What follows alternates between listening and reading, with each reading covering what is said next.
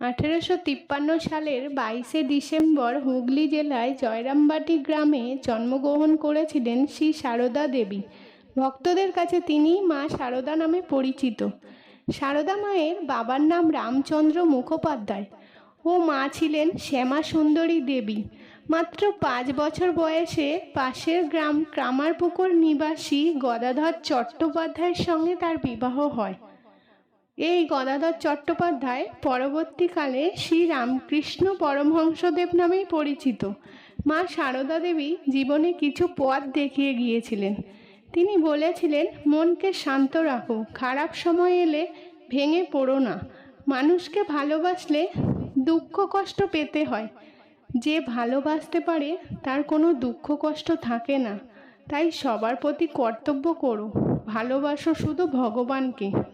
তিনি আর একটা কথাও বলেছেন, সংসারে কেমন থাকতে হয় জানো? যেখানে যেরকম সেখানে সেরকমভাবেই থাকতে হয়। যদি শান্তি চাও তাহলে কারো দোষ দেখো না, দোষ দেখবে শুধু